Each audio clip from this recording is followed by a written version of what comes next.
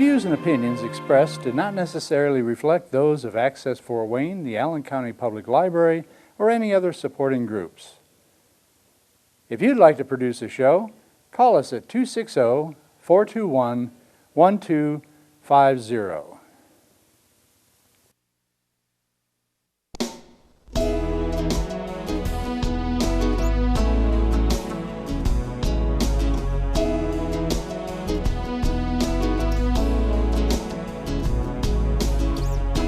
Let me be your lighthouse so I can show you the way.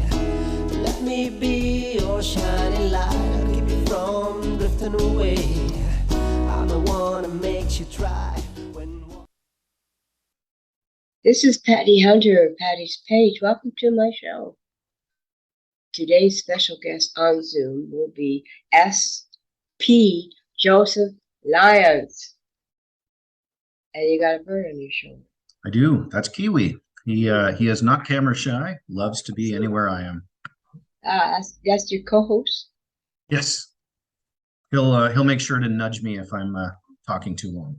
Nudge like he's doing now. No. Our cats are not pro co-hosts as well.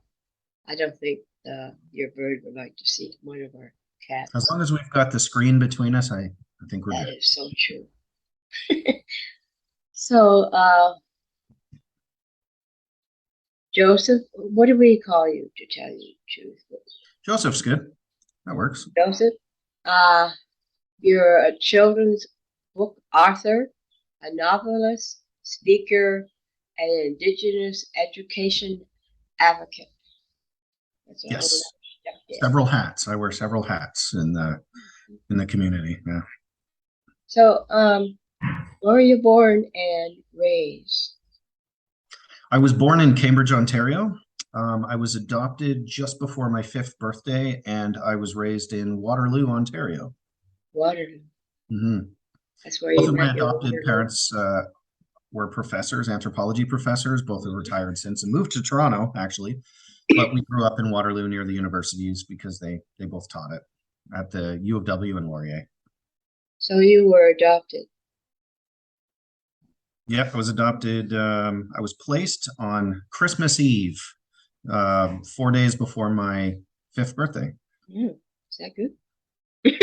Yeah, I guess it was nice to. You're moving into a new home. You get to at least experience Christmas together and the family bonding stuff that happens around that time.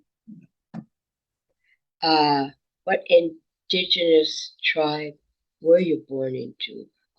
So I am from the Algonquin people of Kitigan-Zibi Anishinaabeg in Quebec. So they're about an hour north of Ottawa and right beside Maniwaki. My husband was born in New Liskeard near Ottawa. Oh, cool. He has Mohawk in his blood. Excellent. Oh, that's good to know. But when you were growing up in the 60s, 1960s, what happened to you and your family? You said something about residential schools. Were you ever affected by that? Yes, actually, it's a bit of a long story, so I'll try and summarize this somewhat. The Yes. 60s scoop, as it's called, is actually a period between the late 50s and the 80s. So it encompasses a large range within that, although it's termed the 60s scoop. My grandfather was a residential school survivor, though due to the horrendous abuse that he endured in residential school, he turned to alcohol to cope with his life and had become an extremely abusive man towards my father and my aunt, which then my father fell into the substance use, became abusive himself, and then we were taken away from the family, myself and my sister, and we were adopted out of the community, out of the Environment. sphere. And it's tough because even back then there was this belief system that being Indigenous isn't good enough. If you're Indigenous, you don't know how to take care of your families. And then the authority steps in and says, nope, we know better than you. We're going to take your kids away and we're going to raise them our way. And just because something is different doesn't mean that it's bad. You know, That's there's right. who you run your household. My wife runs our household, and it may be different, but that's okay. Those differences can often make us stronger. We can learn from one another. We can grow together as people. If we were all just one, stamped out to be just one type of human being, boy, well, that would be boring. All right, right. The fact that we're all different, we all have different perspectives, different things to offer. The beautiful thing about Indigenous culture is our circle process, where everybody comes together to discuss any issues, any problems, anything that needs solving. Everyone in the circle, no matter who they are, is equal. Everybody's voice is heard, everyone is respected, and everyone has the opportunity to speak without being interrupted, so that we do far more listening than we do speaking, and then we can hear everybody's perspective before we speak. So I know I've been guilty of cutting people off right in the middle of their sentence because I assume I know what they're going to say next. Uh-oh. But then I find out that if I had just been quiet, they would have answered the question. So it's a way to ensure that everybody is heard. And yeah, right. It takes a bit of practice, I guess, right? A lot. I'm 70 this year, kiddo. Oh, So, the schools that you went to, what were they? I went to well, the schools I went to, the elementary school I went to, I was the only Indigenous person in the whole school. Oh, By the time I hit high school, I was one of two, and the other fellow was Cree, but he shaved his head and told everybody he was Irish. But I thought, well, so I didn't know the shame that had been associated with being Indigenous yet. So I said to him, I'm like, you're not Irish at all. You look Cree to me. And since he had found another Indigenous person, he now felt that, okay, it's okay to be Indigenous. So he grew his hair back and started to accept the fact, I'm not alone. And I think a part of it is if you grow up in communities that don't have your people, like whoever your family is, whoever what you tribe, clan? you feel isolated and alone and desperate for acceptance and to fit in, and often will take on personas or change ourselves to fit in rather than it being okay to just be who we are. So And that's how what I did love about communities is in a community you are accepted for who you are, whatever that looks like. so how did you adapt to all of this? What's happening against your own people? Well, it was very tough. So it took me a lot of years to even learn what had happened. When I was adopted, all they said was that I was Indigenous, but they didn't know anything more than that. So I had a long searching process to go through to find out, where do I come from? Where do I belong? Who are my people? And I have a background in sales and business management. I was a headhunter, a recruiter for a while. So I got really good at finding people who don't want to be found and finding information that's hard to find. So I was able to eventually piece together the history of what happened to my family. And I think that the biggest thing I was able to learn was what happened wasn't my fault. For years I'm and not years, sure. yeah, for years I thought I had done something wrong. It was me. I was a bad kid or whatever. But then as you hit adulthood, you realize that wasn't my fault. What happened to me wasn't my fault. And I did the best I could with what I had to work with at the time. And it's a very healing process to get to a point where I can say, it wasn't my fault, and I accept me for who I am. And a lot of people try, may not get there, may get there later. Whenever you get there, it doesn't matter as long as As you long get as they get there. there. And we're all one human race. We should help each other, not separate each other. Oh, I agree. Now, the medicine wheel, one of the teachings about the medicine wheel I love is that it shows all the nations of the earth working together in harmony. And when they don't do that, it means the medicine wheel is broken. And we like you said, one race. We're one human race. We should all be doing our best to lift each other up, support each other in all things. And what a beautiful world it would be if we did that. Yeah, the negativity is a death culture is in this world, hurting a lot of people, babies, elderly, disabled. Yeah, anything they don't understand, get rid of. That's not right. Yeah, if you don't understand something, learn about it. Like Accept. Yeah. yeah, it's easy to be able to say, tell me who you are, and I accept you. That's the end. I accept you because you exist, not because you've earned it or not because you're what I think you should be. I take a different approach with my kids. Some people, like, there's no right or wrong here, but some people will say, I need my child to be molded into the person I want them to be. Mm-hmm. I've taken more of the approach that I will support you in molding into who you want to be. So that way I'm here to help you. I'm not here to tell you what to do. I mean, it's hard enough managing my own life. I don't want to manage anybody else's. That is so true. You write books, children's books. I write children's books. I write books for teens, sort of action adventure, sci-fi, coming of age type books, but with a lot of Indigenous heroes. Yes. And in my series, there is actually a planet called the home of the original people, where all Indigenous peoples lived. And it mirrors a lot of human history too, where the planet was taken from them. They were overrun. Spoiler alert, in one of the books, they actually are able to get back their home. So it's kind of a nice way to say, in our future, hopefully we can come to a place where we can all live according to the medicine wheel and all lift each other up, support each other, and see each other as equals. It's very, very difficult to work with people if we don't see them as an equal human being. Are you a counselor? No. What I have done is a lot of research. It started with a lot of research on my own family history, and then research on just Indigenous history, North American history, and like what happened and how did it happen and why did it happen and what are the current struggles that people are facing, and not just Indigenous people, any equity-seeking group that's been fighting for, I just want to be recognized as an equal human being to everybody else. And then you think there's so much need out there. And with the research I did, I realized there are still children, Indigenous children in the foster system now, who may not have answers, may not have hope, may not have anybody. And so I wrote these books to give them those answers and to give them some hope and to let them know they're not alone. It's a book that I wish I had had when I was in care.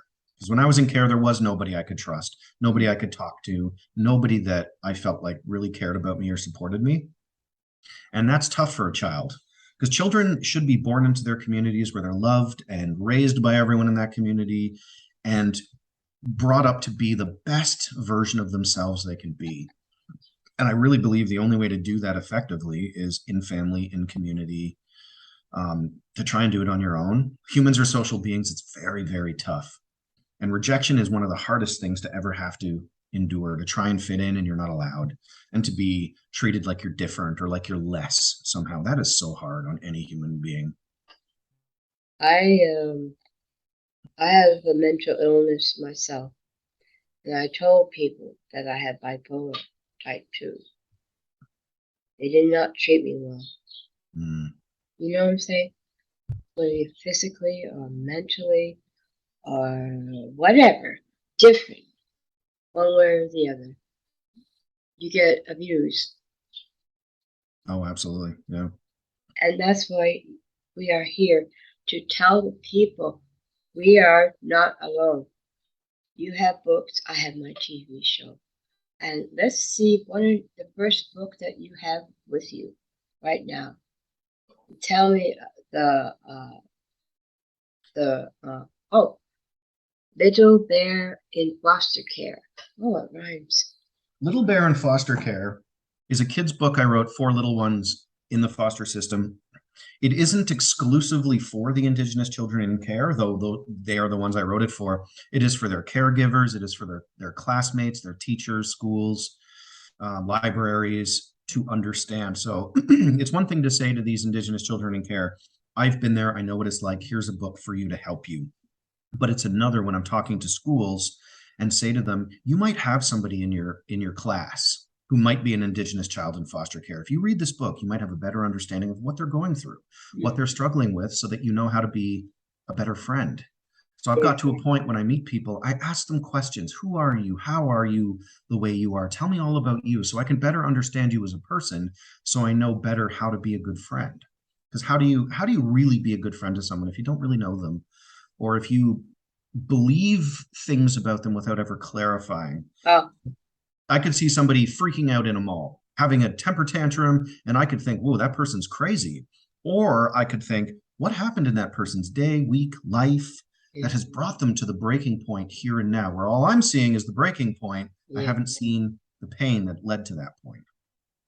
Build a relationship with people, and then you find out they're just like you.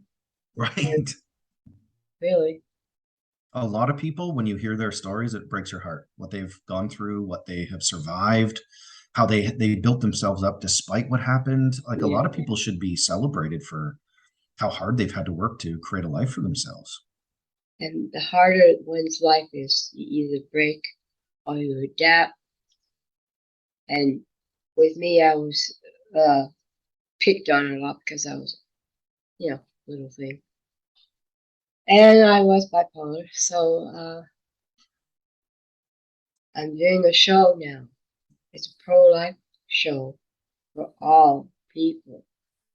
What's been going on around this world and how we can help each other, saying we're not alone. That's why we're here. With your books, it's like a therapy in a way. It is therapy, isn't it, when you write it? In a way, yeah. I mean, if I had been in care and someone had given me a book like that, and it was someone who said, I understand what you're going through. Here are some of the feelings you're going to feel. Here are some of the supports that are available to you. Yeah, It would have been something to grab onto to give me some answers and to give me hope, which I really needed. I would ask questions, get no answer. I would report abuses and be ignored. And it was just a terrifying place to be. And I know I've met some of foster homes and some workers that are fantastic, but that doesn't mean that the colonial mindset over indigenous peoples is gone. Like it's still a system that's still operating the way it is. But to be able to reach to the kids and say, you're not alone. You are part of a family. You are part of a community. Foster care will eventually come to an end, and you will have the rest of your life to do whatever you want. And then I say to people, I'm just a guy. I'm nobody special. I'm not super smart. I'm not, super famous or wealthy. If I can make a difference, anybody can. You just have to put a little bit of effort in. And just imagine in your own life, things that have hurt you, people that have hurt you and why they've hurt you. And if you said, I'm going to take that experience and I'm going to use it to help others that are struggling the same way I am, then you build a community of people that they get it, a whole. latch onto each other, and then lift each other up. And then we're all stronger together. I noticed as I was growing up, there were bullies, and I hated them. And then I realized I stood back and I watched them. They were being bullied at home by their peers or their parents, and they wanted to strike out the nearest person that was, quote, weaker than them.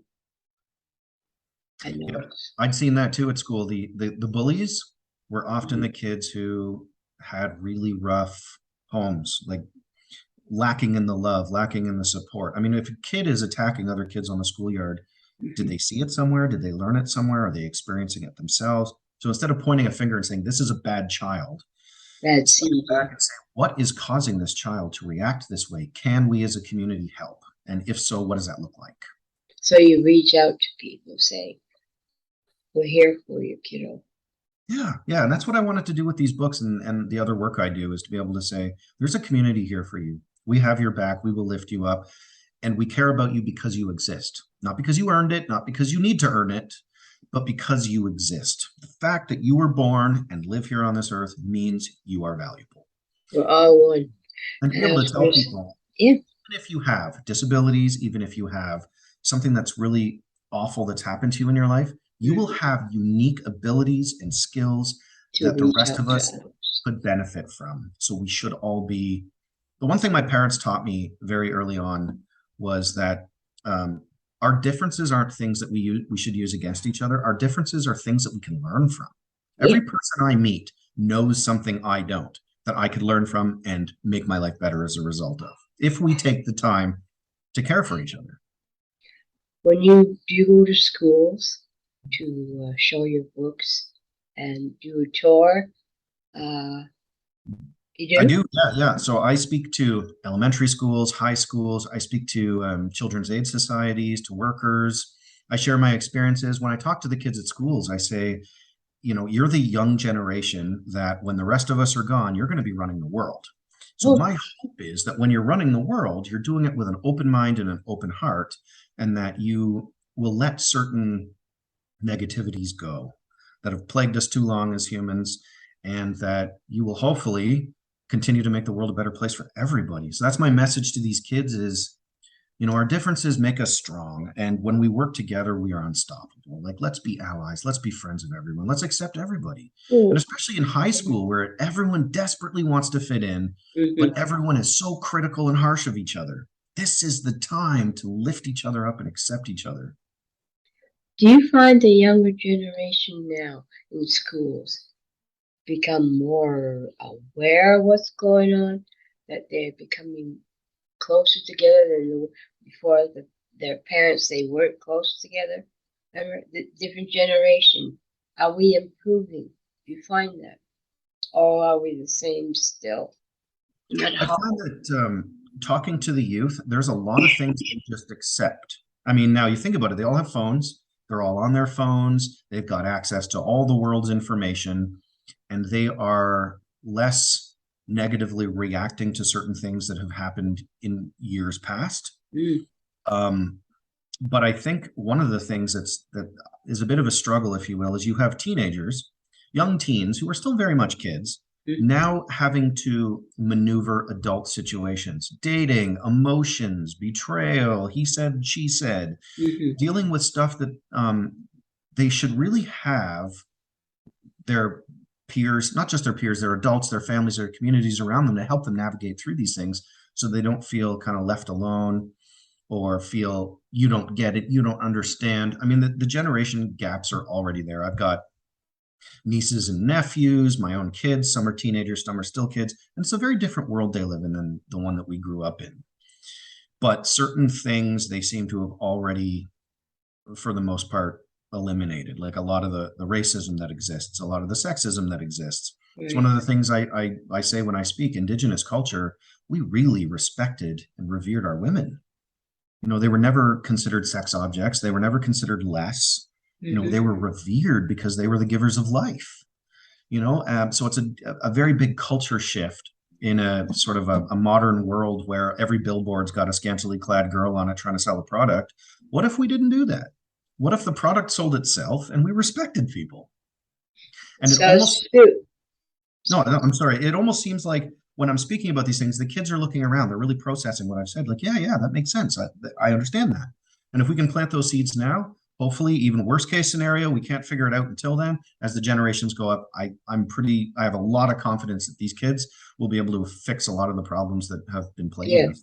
At what age do we start with the kids? I think as soon as they can understand what we're saying, it's an opportunity to learn to, or when they ask questions, why does that person look differently? Why do they sound differently? Why are they, if they have some sort of disability that's obvious, and the kids will ask questions because they're curious. And being able to say, why does that man not have a leg? I don't know. Maybe let's go meet him, talk to him. Maybe he'll share his story and we'll find out. It's kind of rude to walk up to someone and say, why don't you have a leg?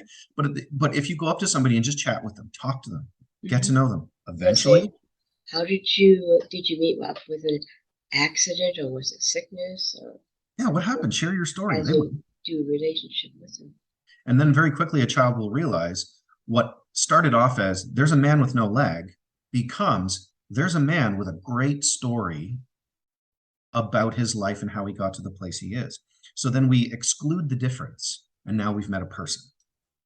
And if we get that step, we're in a good way. So when did you start to write these books? Well, I actually started writing when I was 3 years old in foster care. I was scared. I was alone. I had no safe place except for in my mind. So I started to create a safe place in my mind, a world where I would be safe, where I mattered. And then it built and built and built over time to the point where I wrote a fantasy series called the Drux series, DRUX. And it's, like I said, fantasy, action, adventure, coming of age stuff with Indigenous characters. It was a place where I could make sense of the world I'd been born into and the things that had happened to me. I could get closure where I couldn't in life. I could get revenge in a book that I wasn't going to go for in life. It was a way to really process my feelings and my emotions and who I was. Therapy. In a way, it was a narrative therapy for me. Absolutely. It was a way to make sense of where did my parents go? What happened? Where you can turn bad systems into evil warlords to conquer, or you can create friends you needed, or create safe places. Now, I created a character that I was everything I like about myself and everything I wish I could be in one character, and I put him through everything I went through but to the extreme because it's a fantasy novel, so that people could really get a sense of what is it like? What does it feel like? So I could say to you, you could say you have bipolar. I personally have not experienced that, but to sit down with you and to hear your story and to learn how that impacts your life gives me a better understanding of how to be a better friend. Because really, bipolar and some other mental inflictions, you might say, it's a chemical imbalance of the brain. It's not the person's fault. Right. But if, yeah, medicine is there for them. If they don't take it, you can't force it. But, but at least you understand what they're going through and try to persuade them to take medicine that will help them think better and not hurt other people or themselves. Right. I'm glad we have met, sir. I Me want too. to do more interviews with you, if I may. If that's okay with you, sir? I would be honored. Absolutely. It's getting towards the end of our interview. What is your website? My website is www.spjosephlyons.com. What does SP mean? Sean Paul. John Paul. So I was born Sean Paul, hyphenated, so it was Sean John? Paul. See, After I was adopted, the hyphen was removed, so I just became Sean. But my grandfather's name was Joseph, and since Joseph was one of my middle names, I thought that would be a good way to honor him and to carry on the name and, make a difference. that's good. I do enjoy this interview with you, sir. There's so much I have to ask. So if we can do like this in a trilogy. So yeah, so we're towards the end of the show, dear. And I would like to thank you, Jean-Paul, Joseph, Lyons, for coming onto my show. And may we meet again. Absolutely. I appreciate your time. The honor's all mine. I know. You're a good person. I'd like to keep in touch with you. Yeah, I would as well. Okay. Peace out and all that. And may the Lord be with you. So we'll see you next time, people, next week. And it'll be a great, I'll be having a great week too as we get there. So God bless. And thank you. Thank you. Take care. Bye, dear. Godspeed, my love, until we meet again. You're always in my heart and every dream. Don't let this time apart give in to all our fears. God will keep us close from up above. So until we meet again, Godspeed, my love.